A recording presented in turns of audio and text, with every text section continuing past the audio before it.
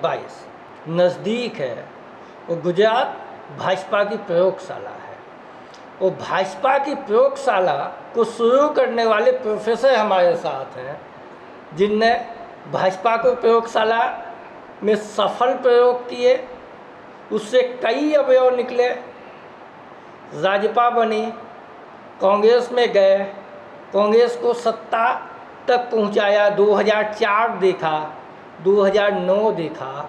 एक ऐसी शख्सियत जो विचारधारा से जुड़ा रहा, एक ऐसी शख्सियत जिसको गुजरात के गांव के नाम याद हैं, जिसको संघर्ष पता है, जिसको लड़ना आता है, लेकिन आज गुजरात में लड़ाई नहीं है। जी हाँ, हम बात कर रहे गुजरात में महाराष्ट्र की घटनाक्रम को खड़ा करने वाले पूर्व मुख्यमंत्री शंकर सिंह वाघेला जी के साथ। बापू के उपनाम से गुजरात में मशहूर वाघेला जी एक अकेले हैं जिनके लिए कैबिनेट टूरिज्म डिपार्टमेंट में एक कैबिनेट मंत्री का दर्जा देके 2009 से 14 तक कैबिनेट मंत्री रहे, कपड़ा मंत्री रहे, और कपड़ा मंत्री के दौरान उनने गुजरात के लिए वो कुछ किया जो गुजरात के पहले के या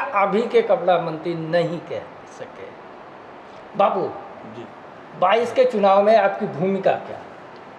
देखिए, 22 का गुजरात का चुनाव जो है वो बस रूटीन एक असेंबली चुनाव को नहीं समझना चाहिए। देश का जो 2024 लोकसभा का चुनाव आने वाला है, उसका रास्ता गुजरात के 22 की असेंबली इलेक्शन के मद्देनज़र रखते हुए गांधीनगर से दिल्ली जाता है। इसका मतलब अगर बीजेपी फिर से आई तो 24 में मानकर चलिए कि बीजेपी का हाथ ऊपर रहेगा। अगर बीजेपी को प्रॉब्लम होगा तो मानकर चलिए कि 24 में बीजेपी नहीं होगी, साझा ऑपोजिशन होगा, चाहे कैंडिडेट कोई भी हो। और गुजरात जो है वो डेमोक्रेसी बचाने वाला स्टेट रहा। इमरजेंसी में 75 में इमरजेंसी आई, वो भी गुजरात की मेहरबानी से आई, क्योंकि यहाँ जनता मोर्चा जो बनाया था हमने, उसकी सरकार थी, जिनमें 4 पार्टी थी। बीजेपी मतलब जनसंघ था, कांग्रेस, वो समाजवादी पार्टी और इंडिपेंडेंट लोग भी थे। ऐसा एक जनता मोर्चा बना जिसमें मोरारजी भाई ने उपवास किए और गुजरात के इलेक्शन हुए, उसमें जनता मोर्चा बना। मतलब गुजरात जो है वो अलग थिंकिंग वाला ये राज्य है। बीजेपी का यहाँ तकरीबन 20-25 साल से कंट्रोल है। कंट्रोल की वजह ऑपोजिशन वीक है, या ऑपोजिशन को जो एक्ट करना चाहिए उस एक्ट में कहीं न कहीं मैच फिक्सिंग, यानी कि दोस्ती का हमको मैच फिक्सिंग की बू आती है।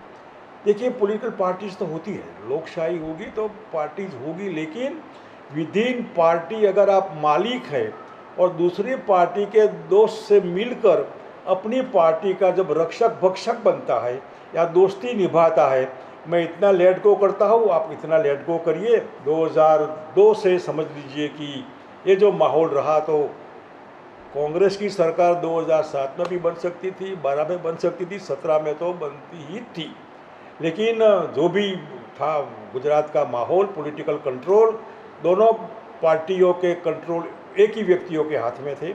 गुजरात के मुख्यमंत्री थे, इनके हाथ में बीजेपी का पूरा कंट्रोल था। हमारे अहमद भाई साहब थे, इनके हाथ में कांग्रेस का पूरा कंट्रोल था। तो वो जो करते वही हमको करना था। और ये करते करते आज इतने साल हो गए, तो कांग्रेस को शासन में आना था, लेकिन नहीं हो पाए। और हमने जब बीजेपी का सत्ता का पावर मध्यान्ह पर था, सूर्य इनका तपता था, तब बीजेपी हमने छोड़ी या उसमें से निकले। कांग्रेस में भी शासन की नज़दीक थी, तब हमने अपने आप को विड्रॉ किया। अगर हम पावरल होते और हमें हमारा सम्मान से कॉम्प्रोमाइज़ किया होगा, सेल्फ रिस्पेक्ट से, तो शायद हम बीजेपी में रहते। लेकिन जी करना पड़ता, और कांग्रेस में भी मतलब सम्मान का कॉम्प्रोमाइज़ करते, तो वहाँ भी सत्ता सामने थी। पता नहीं, जो भी राजनीति में आए तो हम तो क्वालिफाइड पॉलिटिशियन है, कोई लेबाबू लोग है नहीं, या बिना समझे नहीं आए हैं, तो समझ कर आए, और वो भी जनसंघ से आए हैं। इसलिए कोई पावर नाम की चीज़ तो थी ही नहीं। सत्ता के खिलाफ लड़ के एग्जैक्टली आए। ये जो हम पावर लल है या हम सत्ता के पीछे, अरे नहीं भाई, जनसंघ जो पागल आदमी होगा वो जनसंघ में जाएगा, जहाँ 15 नहीं 20 साल तक जनसंघ का सवाल ही पैदा नहीं होता। लोग नहीं मिलते। गुजरात में बीजेपी बनी, जनसंघ बना, तब जाकर दूसरे उसमें बना। सिर्फ दिल्ली थोड़ा था जनसंघ के लिए, बाकी कहीं था ही नहीं पूरे देश में। तो गुजरात का जो प्रयोग था वो प्रयोग ओवरनाइट कोई हिंदू मुस्लिम का प्रयोग नहीं था। गुजरात में एंटी इस्टेब्लिशमेंट परिवर्तन करिए, मतलब अभी कांग्रेस का शासन है, बीजेपी का शासन लाइए, क्यों, उसका गांव गांव जाकर लोगों को हमने समझाया। और ऐसे नहीं समझाया कि एडवर्टाइजमेंट से, मार्केटिंग से या मेकअप से, हमने जानकर ह्यूमन टच देकर, हम आएंगे तो आपको ये करेंगे और ये भरोसा आप करिए कि भाई ये होगा। और इतना भरोसा लोगों को हमारे पर था, इसलिए इन्होंने अंधा विश्वास भारतीय जनता पार्टी के ऊपर रखा और 95 में गुजरात में बीजेपी की सरकार बनी, वो बनी। बीच में हम आए 1 साल के 1.5 साल के लिए आरजेपी के हिसाब से, बाकी तब से बीजेपी शासन पर अभी आज भी है। जी बाबू, आपने 2017 की बात की, अहमद पटेल की बात जी। की। देश जानना चाहता है कि वो राज्यसभा के चुनाव में हुआ ऐसा क्या था कि चीज़ें सब कुछ बदल गई। देखिए, बाहर ऐसा लगता है कि हमने बलवंत सिंह जो थे, अहमद भाई के दोस्त थे, वो जब मेरे पास बलवंत सिंह जी बापू के समधी भी हैं जिनकी ये बात कर रहे हैं, और अहमद भाई के काफ़ी नज़दीक रहे वो जब आए कि मैं राज्यसभा में कैंडिडेट बनना चाहता हूँ, हमने कहा कि ये तो अहमद भाई की सीट है, आप विचार भी नहीं कर सकते हैं। तो उन्होंने कहा कि नहीं कांग्रेस से नहीं। मैंने कहा अच्छा, वहाँ तक बात पहुँच गई? बोला हाँ। मिला है दिल्ली में? बोला हाँ। तो ठीक है, आप पहले या दूसरे सीट के ऊपर आग्रह करिए, तीसरी सीट जो है कांग्रेस की है, अहमद भाई की है, इसमें मत पड़िए। नहीं मैं वो तो जो भी है तीसरी सीट के ऊपर भी विचार कर सकता हूँ। तब मैंने इतने रिलेशन होने के बाद भी नमस्ते करके मैंने कहा आई एम सॉरी, इसमें मैं आपका सपोर्ट नहीं कर सकता। ऑन रिकॉर्ड में कहना चाहता हूँ कि कांग्रेस का कोई भी एमएलए हमने बीजेपी में नहीं भेजा है। जब कांग्रेस के एमएलए बीजेपी में जाने के लिए बात करते थे तो हमने दिल्ली हाईकमान को कहा, अहमद भाई को कहा, इन्होंने कहा कि बीजेपी में जाते हैं तो जाने दीजिए। हमारे सीके राहुल जी और अमूल के चेयरमैन राम सिंह भाई थे, वो भी बीजेपी में जाने थे, हमने 1 महीना रोका, मत जाइए, वहाँ कुछ है नहीं। फिर भी इन्होंने कहा कि इनको भी जाने दीजिए, मतलब कि एमएलए कांग्रेस में बीजेपी को जाने दीजिए। तो उसमें मैं आज भी एमएलए जिंदा है, कई लोग है, तो एक भी एमएलए आपको ऐसा नहीं कहेगा कि भाई मैंने इनको कहा कि आप बीजेपी में जाइए। यानी कि जब रोकना था नहीं रोका, कांग्रेस ने ही धक्का मारकर इनको बीजेपी में भेजे। इनका थोड़ा मोटा जो पार्टी का प्रॉब्लम सॉल्यूशन हो सकता था उस समय, कोई प्रॉब्लम नहीं था। हमने बहुत रिक्वेस्ट किया कि रोकिए मत जाने दीजिए, रोकिए मत जाने दीजिए, और खुलेआम जाने के लिए वो लोग कह रहे थे, ये प्राइवेट नहीं था। लेकिन राम सिंह ये सब तो भगत सिंह के बड़े नज़दीकी लोग थे ना। ये कोई किसी का हो, लेकिन ये उस समय 12 गए, अभी 8-10 गए, वहाँ मैं कहाँ कांग्रेस में था, अभी क्यों गए लोग, अभी भी जा रहे हैं। नहीं, आप थे तो कांग्रेस के पास एक लीडरशिप थी, आपका घर सॉल्यूशन हाउस था, Gurudas Kamat incharge general secretary थे, उनको आप पे इतना भरोसा था कि कोई जब तक बापू है तब तक गुजरात सिक्योर और सत्या हमारा है। ये कामत ने मुझे निजी तौर से कहा। सही बात है। हमने उस समय एमएलए को रोका, रोकने के लिए आखिर सॉल्यूशन तो दिल्ली से होना है कांग्रेस का। कांग्रेस पार्टी दिल्ली चलती है, पूरा कंट्रोल दिल्ली से होता है। जनरल सेक्रेटरी कामत साहब इंचार्ज थे तो वो पॉजिटिव थे। ये जो रास्ता निकलना चाहिए था, एमएलए को बुलाकर बात करना, आपको बीजेपी में नहीं जाना है, कांग्रेस में क्या प्रॉब्लम है बताइए, तो सॉल्यूशन हो सकता था। कोई सुनने के लिए तैयार नहीं था, बल्कि धक्का मारने के लिए तैयार था कि इनको जाने दीजिए, मत रोकिए, इसलिए वो गए। जी, फिर आप एनसीपी में गए, सत्या के चुनाव में आपने अपनी एक पार्टी हमने पार्टी नहीं बनाई, एक फ्रंट बनाया था जो जन विकल्प मोर्चा जैसा था। इसमें हमने कहा कि भाई बिना पैसे कैंडिडेट बनिए और न कांग्रेस न बीजेपी, आप खुद अपना एमएलए इलेक्ट करिए। ये प्रयोग था और एक भी पैसा हमने एक भी कैंडिडेट को नहीं दिया, और हमको 110 से ज़्यादा कैंडिडेट मिले, बिना पैसे मिले। वोट नहीं मिले अलग बात है, हमारा प्रयोग था तो होता रहता है। इसके बाद हमने सोचा कि अगर कांग्रेस के साथ जो भी प्रॉब्लम हमारे है, अगर एनसीपी मजबूत होती है तो BJP versus NCP plus Congress तो बहुमत की संभावना होती है। महाराष्ट्र में ये प्रयोग है, यही प्रयोग हम गुजरात में करना चाहते थे, लेकिन मैच फिक्सिंग सब जगह होता है। हमने कोरोना में भी बिल्कुल घर पर नहीं बैठे, हाँ, आप सिविल हॉस्पिटल गए थे, जहाँ लैब था वहाँ मैं गया, जहाँ कोरोना की लैब थी, मैं जो पेशेंट थे इनके पीछे हम गए, लोगों को खाने पीने की व्यवस्था किया, दवाई की व्यवस्था किया, हॉस्पिटल में मुलाकात किया, इनके रिलेटिव को रखने का ये जो मामला था किया। लेकिन उसमें भी जब पार्टी मैच फिक्सिंग का मामला आता है ना, तो उसमें हम अपने आप को फिट नहीं कर सकते। जो पार्टी में आप है पूरे लॉयल रहिए, निकलना है तो खुलेआम कहिए। बीजेपी में हमने खुलेआम कहा do what ever you like. हमने कांग्रेस में भी कहा कि आई एम सॉरी, मैं आपको नुकसान करना नहीं चाहता हूँ, अपने आप को विड्रॉ करता हूँ। एनसीपी में भी हमने अपने आप को विड्रॉ किया, आपकी दोस्ती अगर बीजेपी से है तो आई एम सॉरी, मैं इसमें रह नहीं सकता। मतलब जो पार्टी में आप है वही पार्टी में प्ले योर रोल, इसमें इधर उधर नहीं होना चाहिए। या छोड़ दीजिए, कौन इनवाइट करता है आपको, आइए राजनीति में, क्यों आए आप? लेकिन आपके जो फॉलोअर्स हैं जी, आपके फॉलोअर्स 28 साल से लेके 78 साल तक के हैं, जो आपके साथ काम किए हैं या जो किसी तौर से जुड़े हैं, वो चाहते हैं कि बापू मैदान में हो, बैटिंग में हो, फील्डिंग में हो, बॉलिंग में हो, एम्पायरिंग में हो, लेकिन स्टेडियम के अंदर हो। दर्शक होकर वो बापू को नहीं देखना चाहते। ये जो आप जो कहते हैं ना, वो इसलिए कि हम बीजेपी में थे तब हमने कांग्रेस को कभी गाली नहीं दिया, पॉजिटिव अप्रोच रहा। हम कांग्रेस में थे, कभी बीजेपी को गाली नहीं दिया हमने कभी भी। पार्टी पार्टी होती है, वर्कर को क्या दोष है इसमें? हमने असेंबली में भी कोई बीजेपी का कोई लीडर हमको खड़ा होकर कभी मतलब अच्छी लैंग्वेज से, कांग्रेस कार्यकर्ता भी बहुत प्रेम से हमको पूरा रिस्पेक्ट देता है। कार्यकर्ताओं का, पार्टी लीडर्स का कोई कसूर नहीं होता है। आप अपना पब्लिक लाइफ कोई दुश्मन नहीं है। We are not enemies, ideology है, we are opposite, we are not enemies. Enemies नहीं है हम, इंडिया पाकिस्तान या इंडिया चाइना नहीं है, ये दोस्ती है हमारी।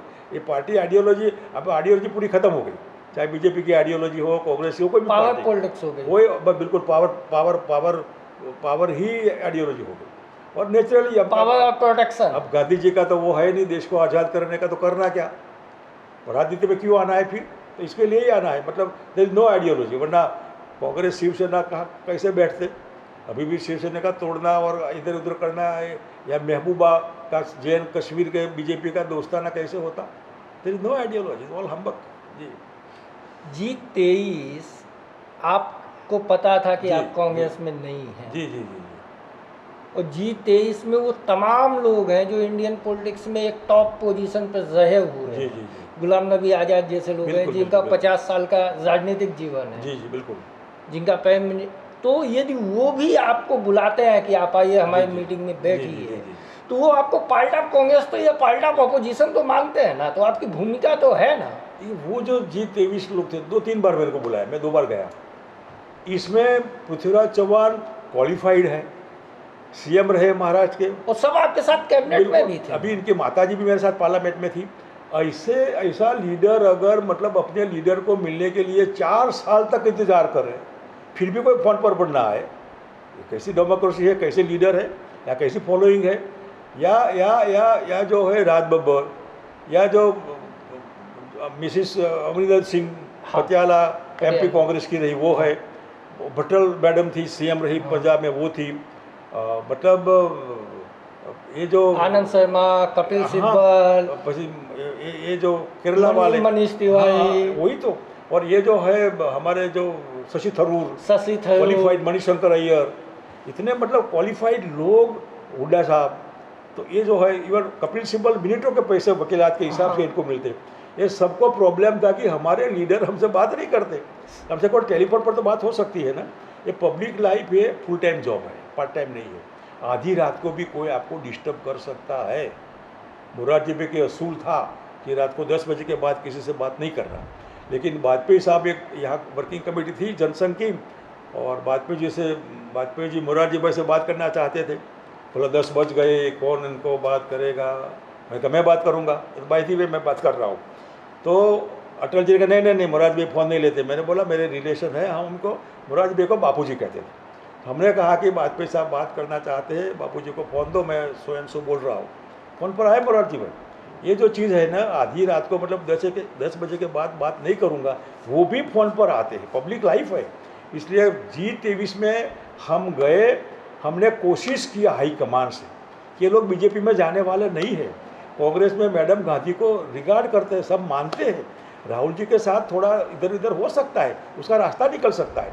और उसमें फिर हुड्डा जी गए राहुल गांधी जी के बाद, उसके बाद गुलाब नबी जी मैडम को मिले और रास्ता निकला, और काफ़ी रास्ता निकला। ये कोई एंटी कांग्रेस नहीं थे, प्रो बीजेपी नहीं थे। ये सिस्टम का प्रॉब्लम था कि कहीं मिलना करना, बात करनी है तो कहाँ करें, क्या करें, ईगो हर्ट पोजीशन इतना इशू और कुछ नहीं था। लेकिन आप कह रहे हैं कि सोल्यूशन निकला।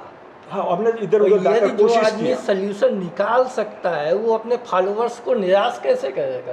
देखिए प्रॉब्लम है, सोल्यूशन इसलिए देखा, मैं कांग्रेस में नहीं था, मेरे को वो प्रेशर हाईकमान का नहीं था कि मेरा क्या होगा। जिसके ऊपर हाईकमान का प्रेशर होता है वो एक्सपोज अपने आप को नहीं करता है, हम अपने आप को एक्सपोज करते हैं। बीजेपी में भी एक्सपोज किया, कांग्रेस में भी किया, यहाँ भी। अगर अगर आप कंट्रोल में रहते कि हाँ क्या लगेगा मैडम को या राहुल जी को क्या लगेगा, तो ये रास्ता निकलता ही नहीं। हमको इनके भले के लिए बात करनी है कि आप लीडर है, बुलाइए, आप बड़े आदमी, आप टाइम देंगे तब ये जाएंगे, आप टाइम नहीं देंगे तो कैसे मामला होगा, वो नहीं आएंगे। नहीं आएंगे तो प्रेस को कहेंगे G23 होगा, 25 होगा, ये होगा, ये नहीं होना चाहिए। और ये 100% एंटी बीजेपी लोग थे, इतना मैं जरूर कहूँगा जी।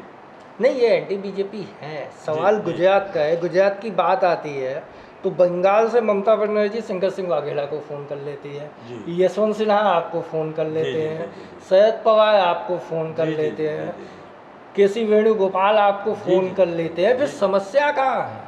देखिए ये जो मामला है ना, बीच में चिट्ठी आती है कि बापू की बात चल रही, भरत सिंह आया है, बापू के आदमी पीसीसी गए। हमारी बात हुई है।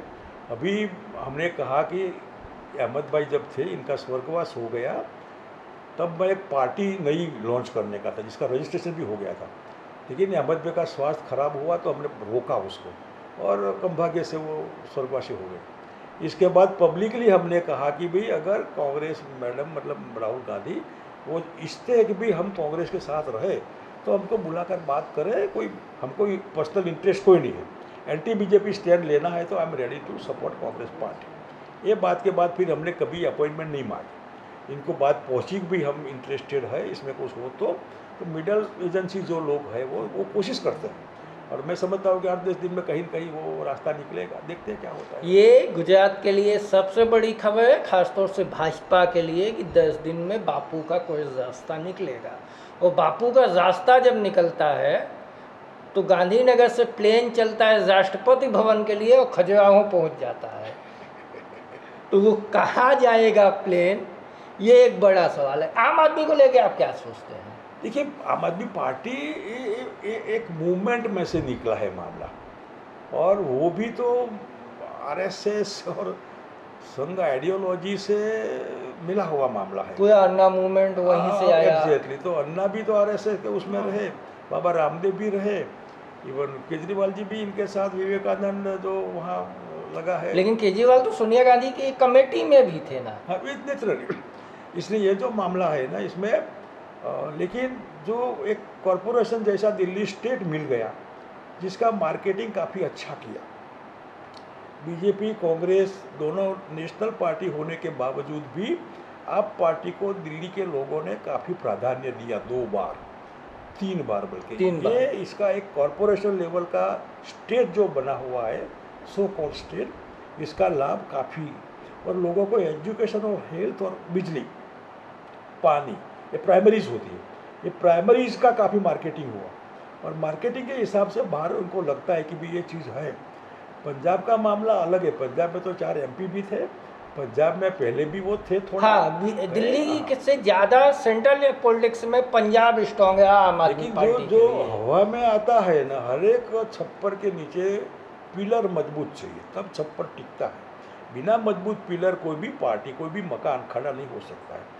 यहाँ गुजरात में लोग हैं, आते हैं जाते हैं, आते हैं जाते हैं, लेकिन जो स्टेबल होता है, जैसे भी नहीं होता है तो जमा नहीं जमा तो नहीं जमेगा, तो वो लोग आते हैं चले जाते हैं, इसलिए स्टेबल नहीं होती है आप पार्टी। आने वाले दिनों में हो सकता है इनका काफ़ी, लेकिन काफ़ी कांग्रेस के अभी भी छाछठ MLA हैं, उसके बाद भी आम आदमी पार्टी के नेता बीजेपी को टारगेट करते, बीजेपी के नेता आम आदमी पार्टी को टारगेट करते। वो दिल्ली से भावनगर की स्कूल देखने आते हैं, ये अहमदाबाद से दिल्ली की स्कूल देखने जाते हैं। इन सब के बीच में कांग्रेस कहाँ है? ये जो है ना बीजेपी को, मतलब कांग्रेस जो है, बीजेपी कांग्रेस को जानती है, आपको दिल्ली में जानती है। अभी आपकी एंट्री गुजरात में हुई, पंजाब में हुई, पंजाब में हुई तो कांग्रेस की जो इधर उधर का हाँ, हुआ, कैप्टन अमरिंदर सिंह, वो कोई रियल सिद्धू, गवर्नमेंट नहीं थे, by the way, by fluke and by hook वो गवर्नमेंट आ गई। अभी वो गवर्नमेंट है तो स्टेट गवर्नमेंट है, बड़ी अच्छी गवर्नमेंट है। वो आने के बाद इन्होंने काफ़ी एंट्री गुजरात में, आप वालों ने टोपी वोपी पहनना, लेकिन बीजेपी ने जो टोपी शुरू किया है अपनी जनसंघ वाली टोपी पहनने का, वो आप वाले जो टोपी पहनते हैं उसकी कॉपी किया है। एजुकेशन में जो इनको तकलीफ हुई है तो दिल्ली भेजते हैं वो प्रेशर के नीचे कि यहाँ आकर मार्केटिंग जो केजरीवाल और करते हैं भी हम शिक्षा अच्छी देंगे, हेल्थ अच्छी देंगे, लाइट फ्री देंगे, ये वो, इसकी इम्पैक्ट अर्बन एरिया में, महिलाओं में, यूथ में काफ़ी है। ये भय बीजेपी को है क्योंकि यूथ, अर्बन एरिया और महिला है जो बीजेपी का बेस है।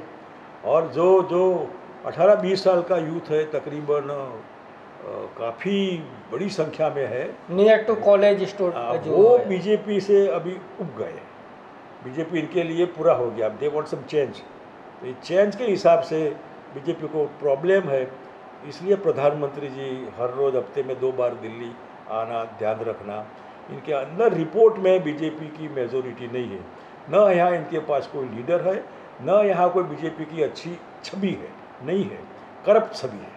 मतलब भारतीय जनता पार्टी करप्शन के लथबथ पार्टी है, बिना पैसे कोई काम होता ही नहीं। मैं ऑन रिकॉर्ड कहना चाहता हूँ, ये करप्शन गुजरात में है, तो इनको तो बिना भ्रष्टाचार की सरकार लानी थी। तो यहाँ कोई मालिक नहीं है, यहाँ ब्यूरोक्रेट्स मालिक है, कोई लीडर है नहीं। और लीडर में भी तो बिलो स्टैंडर्ड एवरेज लीडर है जो और जो पुरानी थी, अपील लीडर नहीं। हाँ, और पुरानी जो गवर्नमेंट थी वो निकाल दिया, तो इनके ऊपर करप्शन का एलिगेशन था, पूरे एलिगेशन करप्शन के। तो आपका करप्शन निकाल देने से करप्शन थोड़ा गया, करप्शन वो उठाकर दूसरे कैबिनेट के पास करप्शन चला गया।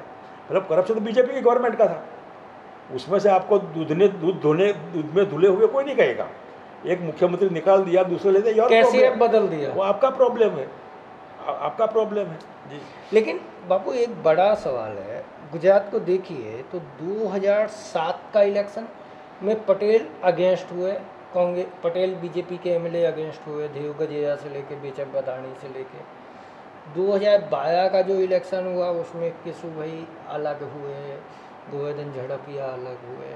2017 का जो इलेक्शन हुआ वो पूरा पटेल मूवमेंट पे हुआ, लेकिन हार्दिक के बीजेपी में शामिल होने के बाद पटेल मूवमेंट खत्म हो गया। बात सही है, पटेल लीडर अभी, मतलब कोई लीडरशिप गुजरात में है ही नहीं कोई पार्टी के पास, और लीडरशिप ओवरनाइट नहीं होती है, लीडरशिप को सालों लगते हैं। लेकिन गुजरात की सिविल सोसाइटी हमेशा नेता दी ना। हाँ वो है, लेकिन पीयू मोदी से लेके यतीन ओझा से लेके शंकर सिंह वाघेला से लेके केशव पटेल से लेके है अमीन से लेके, ये तो सब सिविल सोसाइटी से आए हुए लोग हैं। लेकिन आखिर जो लोग जो है ना वो अपने लीडर के पीछे चलते हैं। तो कोई लीडर आज कोई पार्टी में ऐसा लीडर नहीं है जो ह्यूमन टच के साथ इनको अपने साथ खींच कर चले। ह्यूमन टच जो मानवीय स्पर्श होता है, मानवता, पॉलिटिकल वोट के लिए आप जाएंगे, टच विद फीलिंग, हाँ, लेकिन आपकी सुख दुख में जाइए, भाग में, वो लीडरशिप की कमी यहाँ गुजरात में है। इसलिए लोग उखड़े हैं। बीजेपी में अफ है, कांग्रेस में अफ है, आप में इधर उधर है, क्या करना क्या नहीं। इसलिए बहुत बड़ा प्रश्नार्थ, ये वैक्यूम है गुजरात में आज पॉलिटिकल लीडरशिप का। पार्टीज है, लीडरशिप नहीं, लीडरशिप वैक्यूम है। और बिना लीडरशिप कोई भी होगा तो वो तो मस्ट है, leader who lead the people, तो लोग कहाँ जाएंगे, वो तो मस्ट होता है डेमोक्रेसी। आप बीजेपी के खिलाफ हैं, आपने कहा कि अभी भी आप एंटी बीजेपी हैं। देखिए, मैं बीजेपी के खिलाफ, मतलब जो सिस्टम से मैं खिलाफ, हाँ, उस समय बीजेपी छोड़ने का भी तो मतलब था। हाँ, आप बीजेपी के खिलाफ हैं, आपको आप बीजेपी की बी टीम मानते हैं। कांग्रेस से आप 10 दिन में नई, ऐसा कुछ नहीं होता। नहीं, आपने कहा ना कि वो संघ परिवार से ही निकले हुए लोग हैं। जनसंघ की टोपी बीजेपी ने भूल गई थी, अन्ना ने पहन ली, इसलिए ये टोपी बीजेपी ने इनके प्रेशर से टोपी पहनी। मतलब आपका प्रेशर बीजेपी पर है। एक कहावत है, जिसको कोई नहीं पहुँचता उसको इसका पेट पहुँचता है। पार्टी में पार्टी वाला जो होगा वही बीजेपी को पहुंच पाएगा, कांग्रेस को कांग्रेस वाला होगा वही पहुंच पाएगा। कोई पिता होगा उसको पुत्र या उसकी पुत्री ही उसको पहुंच पाएगी, जिसको कोई नहीं पहुंचता उसको उसका पेट पहुंचता है। ये कहावत बीजेपी को केजरीवाल के केस में लागू होता है। तो अब भगत सिंह सोलंकी ने राजनीतिक तौर से विश्राम लिया है या दिया गया है, ठीक है, उसकी एक कहानी है, उस पर अपन नहीं जाते हैं। अब आप कहते हैं कि 10 दिन में कुछ होगा, तो क्या अब वो समय बचा है? क्योंकि कांग्रेस का संगठन खासतौर से महानगर में जो अर्बन सेंटर्स हैं, वो संगठन का प्रॉब्लम नहीं होता है। Congress as a brand, BJP as a brand सब जगह है, अपना क्लासेस है। कांग्रेस में कौन है, बीजेपी में कौन है, लोग चाहे कोई भी हो मानते हैं कि बीजेपी मेरी पार्टी, कांग्रेस मेरी पार्टी।